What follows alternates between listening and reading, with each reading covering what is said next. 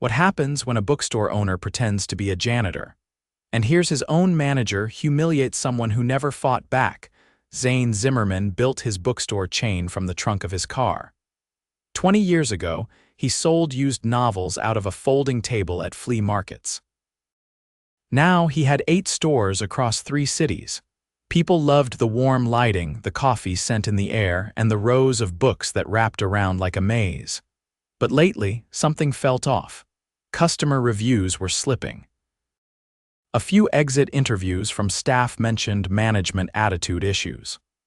Still, no one gave specifics. Zane hated second-hand stories.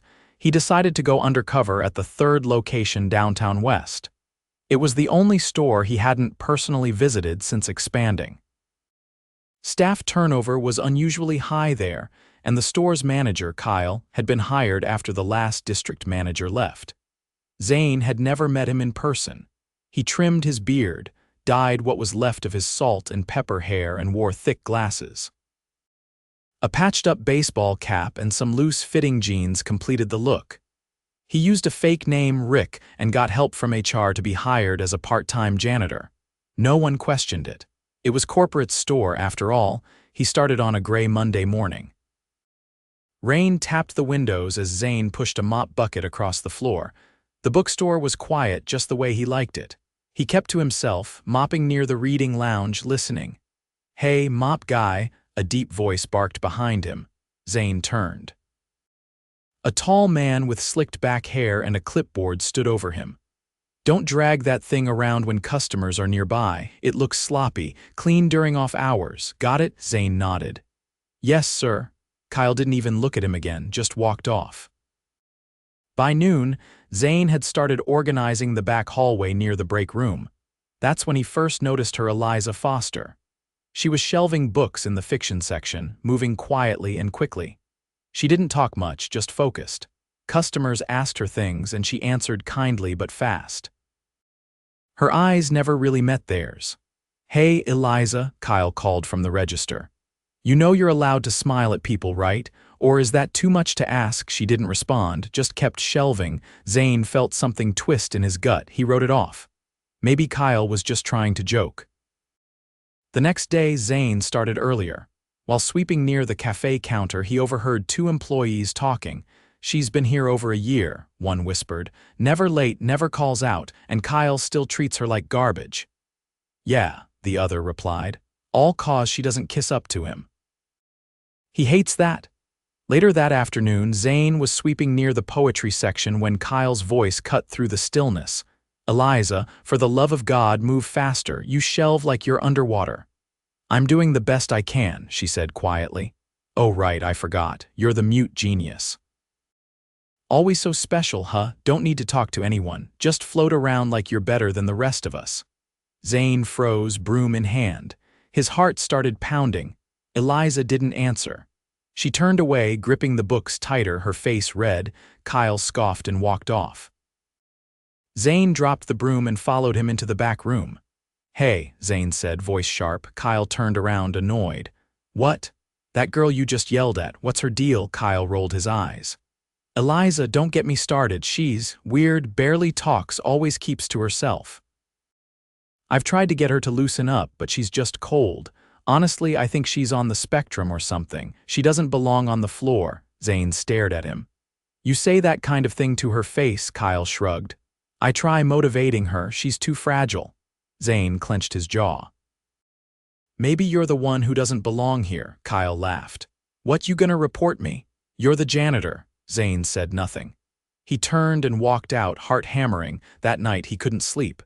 He sat in his hotel room, thinking back to Eliza's quiet eyes, the way she stayed calm. How she never fired back. He thought about how many others Kyle had probably pushed out, and how he'd let this happen. He looked at himself in the mirror. For the first time in years, he felt ashamed. He'd built this place to be a safe haven for readers, for dreamers, for people like Eliza. He wasn't going to let someone like Kyle ruin that.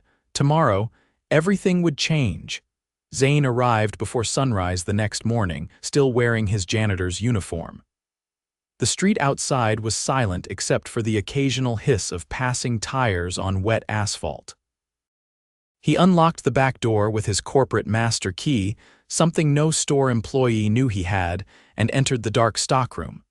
Eliza was already there, reshelving returns in near silence. She wore a threadbare cardigan and her name tag hung crooked on a lanyard. Her hands moved automatically, sorting titles with practiced precision. She didn't look up. Zane cleared his throat.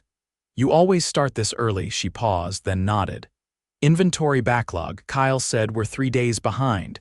"You always the only one doing it," she hesitated. "It's usually supposed to be 2 people, but the others are scheduled later now." Zane stepped beside her and picked up a stack of books. "I'll help." She glanced at him, really looked, and after a long moment gave a small nod. They worked together in silence for a while. Zane noticed how methodical she was. Titles grouped by author, barcodes double-checked, everything in clean order. It wasn't flashy, it was just solid, careful work. "Rick," she said suddenly, quietly, "you're not really a janitor, are you?" Zane stopped. "Why do you say that? You handle books like someone who's been around them a long time. You noticed when I filed something under the wrong letter yesterday. Most people don't even catch that." He smiled faintly. "You're sharp." "I read people." She didn't press further. Just went back to shelving. At 8 sharp, the rest of the team started arriving. Zane noticed Kyle didn't show up until nearly 9. When he walked in, he carried a breakfast sandwich in one hand and a coffee in the other, leaving the door half open behind him. Eliza stepped aside, avoiding his path. Kyle barely glanced at her. "Where's Ben?" he called out. A voice from the office answered. "Called in. Food poisoning." Kyle groaned dramatically. "Fantastic. Guess who's covering cafe again? Me, as usual." He made no move to help anyone. Instead, he drifted behind the counter and began scrolling on his phone while sipping his coffee. Zane stayed near the entrance, watching. A young woman came in, probably a college student, and approached the register. Kyle didn't look up. "Excuse me," she said. "Do you have the new Louise Erdrich novel?" Kyle sighed and looked up slowly. "We've got a search kiosk right there. You can look it up." She blinked. "Oh, okay, I just thought I'm not a personal librarian," he cut in. "Use the system." She gave a tight nod and walked off. Zane stepped over. "You always talk to customers like that," Kyle rolled his eyes. "I don't have time to babysit every English major looking for a niche title." "You're not that busy." Kyle looked up sharply. "You questioning how I run this place?" Zane held his gaze. "Just noticing." The morning dragged. By 11, the cafe line was 4 deep. Kyle was still behind the counter, but instead of taking orders, he was pacing behind the espresso machine, arguing on the phone. "No, I told you I'm not paying for a broken shipment. That's your problem, not mine." "Listen, I don't care whose fault it is, I'm not." "Hang on." He turned toward the barista, a young man named Tyler who looked overwhelmed. "Why are you so slow today?" Tyler looked up, red-faced.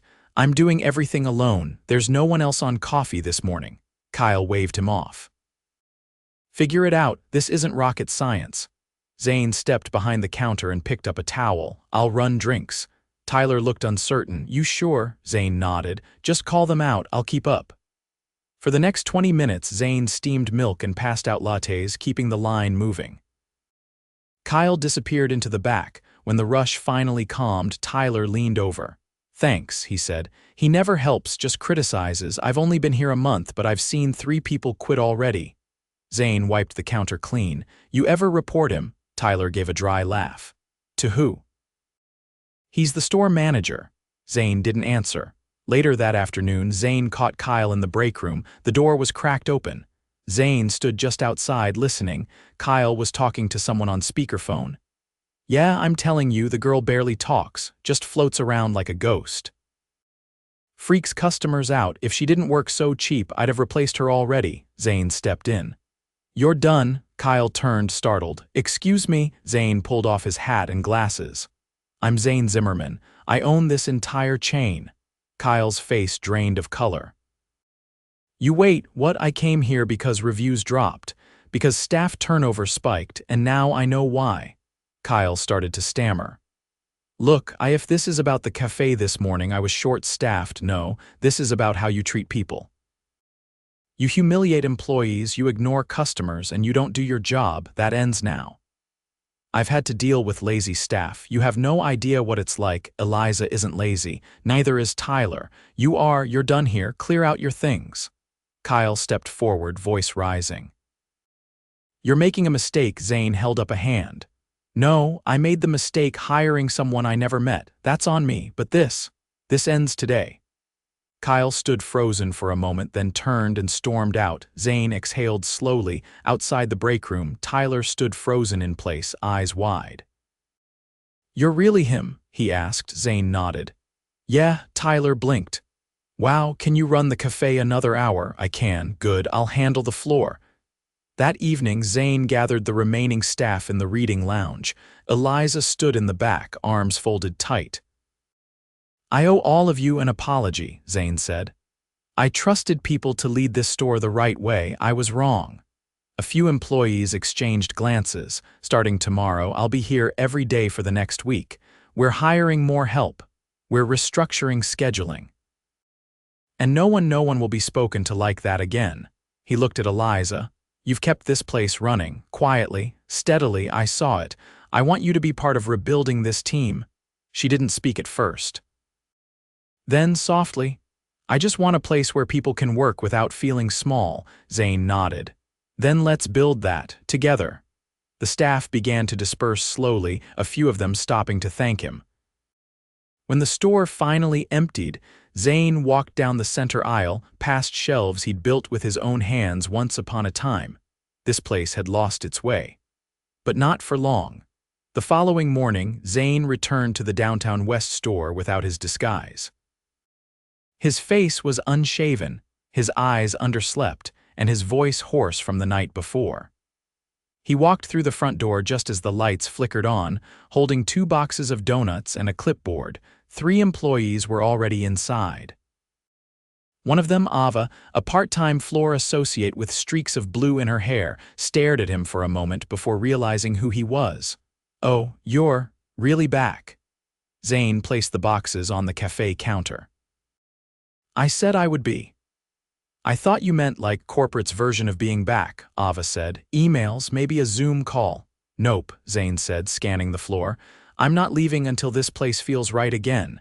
He handed her the clipboard. Scheduling audit, I need your help. Tell me what's not working. Ava blinked. You want me to fix the schedule? No, I want you to show me why it's broken. Ava hesitated, then took the clipboard. Okay, but it's not just the hours, it's how they're stacked. Kyle used to pair the slowest person with the busiest shift.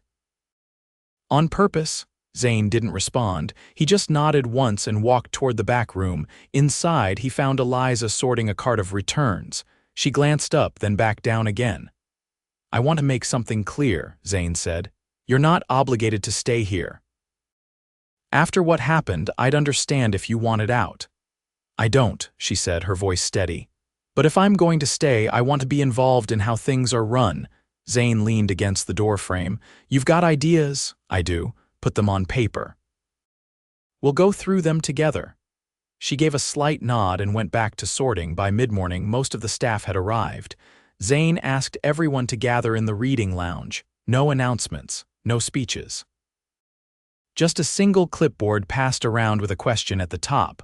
What would make this store better for you and for customers? They took turns writing, some quickly, some slowly. Some didn't write anything at all. When the last person handed it back, Zane tucked the clipboard under his arm, unopened. I'll read these tonight. Right now, we've got a store to run. By noon, the store was busy, not packed but steady. 2 college students browsed the philosophy section. A man in his 60s asked for help finding a memoir. The cafe had a modest line again, and Tyler was doing his best to keep up. Zane stepped behind the counter. I'll take drinks. You run orders. Tyler didn't argue. He just passed the apron and moved to the register. A woman stepped up with a latte ticket. I didn't expect the owner to be pulling espresso shots. Zane handed her the drink. Neither did I, but here we are. Shortly after 2, a tall woman in business casual walked through the front door. Her hair was pulled into a tight bun and she carried a leather-bound notebook. She approached Zane directly. I'm from HR, she said. You asked for an immediate review of personnel files, Zane nodded. Follow me. They went into the office Kyle had once used. Zane pulled up a chair. I want a full staff file review, performance, complaints, anything that didn't make it up the chain. She opened her notebook. We flagged 2 more issues during the initial check-in. One was a complaint filed by a former employee against Kyle, emotional manipulation. It never escalated, but it's in the notes. Zane's jaw tensed. Why didn't I see that?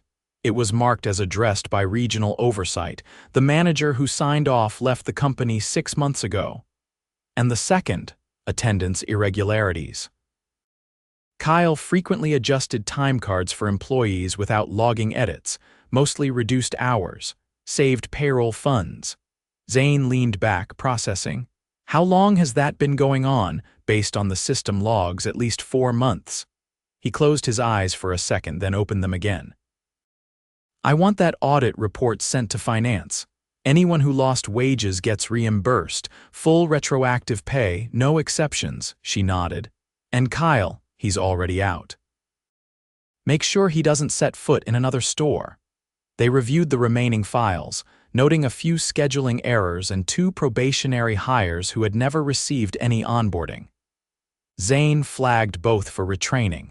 After the HR rep left, Zane returned to the floor. Eliza stood near the central aisle, holding a stack of books against her chest. I'm thinking about redesigning the fiction layout, she said. The flow's off, customers linger in the wrong places. They miss entire sections. Show me. She led him through the aisles, explaining her reasoning in short, precise observations. Zane didn't interrupt. When she finished, he nodded. Draw up a new plan. You've got the green light. I'll need help moving fixtures. Pick who you trust. We'll schedule it after hours. That night, Zane stayed after closing, sitting alone at a small table in the cafe. The clipboard lay in front of him, filled with uneven handwriting and half-scribbled thoughts. One note stood out. It was written in bold block letters, make it feel like a bookstore again, not a place we survive until we quit. He stared at it for a long time. The next morning, he called a meeting. They met before opening, lights still dim, the cafe silent. I read everything you wrote, Zane said. Some of it was hard to see, but you were honest, and I need you to keep being honest. He paused, then continued. I'm not here to play savior. I'm here because I lost track of what this store was supposed to be, and I don't want to fix it alone. So from now on, we're running this together. No applause, just a quiet moment of shared understanding. Afterward, Zane pulled Ava aside. I need someone to manage the floor temporarily. You know the team, you know the customers. Her eyes widened. Me, you've got good instincts. And people trust you. It's a temporary role, but I want to see how you lead. She nodded slowly. Okay, I'll do my best. You don't have to be perfect, just be present. Later that day, a customer walked in, a woman in a wheelchair, navigating slowly through the tight aisles. Eliza noticed her pause by the mystery section, unable to reach the top shelf. She walked over silently, pulled the book down, and handed it to her with a small nod. The woman smiled. That's exactly the one I needed.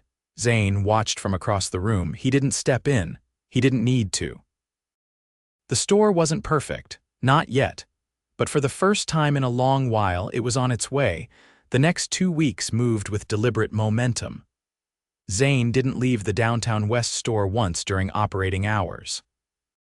He worked every shift the staff did, rotated through each department, and took meetings only after the lights went off and the doors were locked.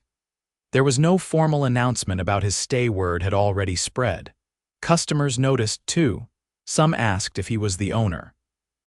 He didn't dodge the question. He just said yes and kept going. The first order of business was rebuilding the team. Turnover had left the schedule riddled with gaps. Zane approved the hiring of 3 new part-time associates, but onboarding them would take time. In the meantime, he redistributed responsibilities, making sure no one was working more than they could reasonably handle. The store ran slower, but not worse. Ava, now acting floor manager, took to the role with cautious determination. Each day, she reviewed the register logs, reorganized task lists, and rotated team members across sections so no one burned out shelving the same aisle for hours. When she was unsure about something, she asked Zane directly. One morning she caught him in the back room reviewing the final audit reports. "Scheduling's getting better," she said. "But we're still stretched thin on weekends. If 2 people call out, we can't cover the floor." "Then we need backups," Zane said without looking up. "Ask around. See who's willing to pick up on call hours for weekend shifts.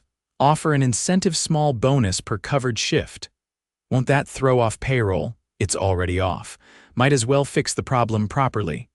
She nodded and left without another word.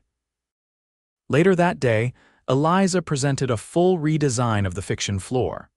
She'd sketched it by hand, each shelf marked with genre clusters, sightline adjustments, and repositioned displays to prevent bottlenecks.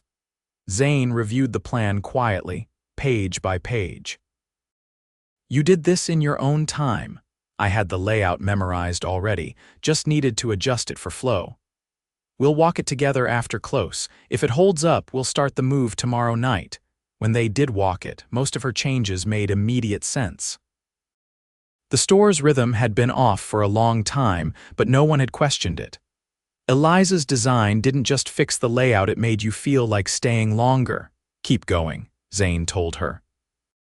"Apply the same principle to nonfiction next. I'll need help measuring the shelves. Tyler's available after 6. Ask him." The following evening, a man named Marcus showed up for his first shift, one of the new hires. He was older than the rest of the crew, maybe in his early 50s, with a quiet voice and a steady way of moving. Zane watched from a distance as Ava walked him through the basics. Marcus asked few questions, but his eyes moved constantly, taking in everything. Later in the break room, Ava leaned against the counter. He used to manage a used bookstore in Portland, said it closed during the pandemic. Think he'd want more responsibility? Maybe. He doesn't talk much, but he knows his way around a floor. Keep an eye on him. If he's solid, we'll ease him into opening duties. By week's end, the tone of the store had shifted. Not in some dramatic way, there was no music swelling or applause echoing from the aisles, but the tension had dropped. People spoke more openly. Customers lingered longer. Even the air felt looser, like the space could finally breathe again. Still, not everything was smooth. Saturday afternoon, a customer approached the register holding a damaged hardcover. The spine was split and 2 pages hung loose from the middle. "I bought this yesterday. Didn't notice until I got home." The employee at the counter, a younger guy named Liam, glanced at the receipt and sighed. "You should have checked before leaving." The customer raised an eyebrow. "I assumed it wasn't falling apart. It's not our fault if you don't inspect your purchase." Zane, who had been shelving cookbooks nearby, heard every word. He stepped in. "Liam, can I talk to you by the cafe?" Liam followed, arms crossed. "You want to explain that interaction? She was blaming us for a book that's clearly been opened. We can't just refund everything." "She wasn't asking for a refund, she just wanted a replacement. We don't even know if she bought it here, she had the receipt in her hand." Liam looked away. "I'm going to be clear," Zane said. "This is your warning. You're new, so I'll assume this comes from inexperience, not intent. But if I hear one more customer get treated like they're a nuisance, you're off the floor." "Understood." Liam didn't argue, just nodded and walked back toward the register. Zane approached the woman, handed her a new copy, and apologized. She smiled, surprised, and left without fuss. That night, Zane stayed late to finish reviewing the feedback logs. Most of them were now positive. A few noted wait times or the occasional out-of-stock title. But none mentioned staff behavior. That alone told him things were stabilizing. The final piece came the following Wednesday. Eliza found him after closing, sitting near the front window with a notebook in his lap. "I've been thinking," she said, "about staying longer term." Zane closed the notebook. "You're not sure?" "I want to, but I don't want to stay invisible anymore." "You're not." "Not now, but I was." Zane nodded slowly. "What would make it worth staying?" "I want to train new hires, the quiet ones. The ones who don't fit the usual mold." "Why?" Because no one trained me, I had to adapt on my own. Zane stood and faced her. You've got it. We'll put you in charge of onboarding. You'll work with Ava on structure. Thank you. Don't thank me. You earned it. That Sunday, the fiction layout was finally completed. Customers walked through the new sections, pausing longer, engaging more. Marcus ran the opening shift with precision. Ava handled a vendor call without needing guidance. Eliza stood near the front, adjusting a display. Zane watched from the corner, unseen but at peace. He stepped outside for the first time that day, letting the afternoon sun hit his face. The storefront looked the same from the street, nothing flashy, no banners or new signs. But inside, something fundamental had shifted. He took out his phone and called the district office. I'm stepping back in officially. I want all stores reviewed, quietly, no announcements, undercover again. No, just present.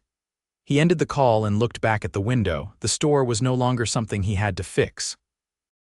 It was something he would protect. And this time, he wouldn't wait to be told when something was wrong.